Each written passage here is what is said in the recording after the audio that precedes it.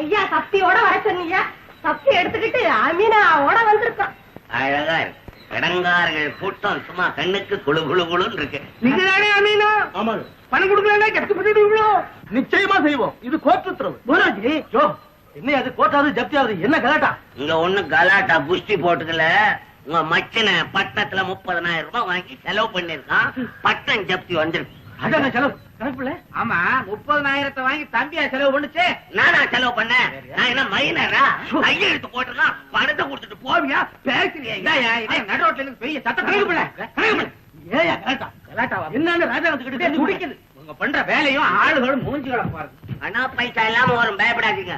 ராஜாங்கம் காலேஜ்ல படிக்கும் போது கையெழுத்து போட்டு 30,000 ரூபாய் கடன் வாங்கினியா?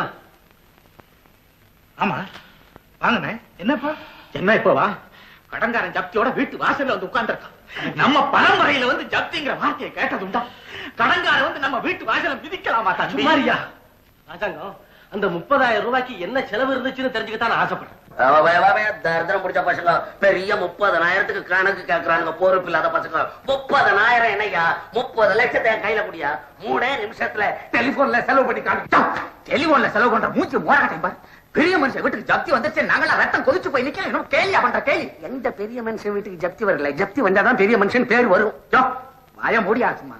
வீட்டோட மாப்பிள்ள இருக்கிறதா முறை. பொண்ணையும் கொடுத்துட்டு வீட்டோட மாமனாரா இருந்து தின்னுகிட்டு இருக்கிறியே, சுத்த மானகட்ட மனுஷன். உனக்கு எப்படியா பெரிய மனுஷனை பத்தி தெரியும்? பொண்ணை கொடுத்துட்டா என்ன உண்ணாவிரதம் இருக்க சொல்றியா? அதுக்காக சாவ சொல்றியா? மாப்பிள்ள இவங்களை யார் பேச சொல்றதுக்கு?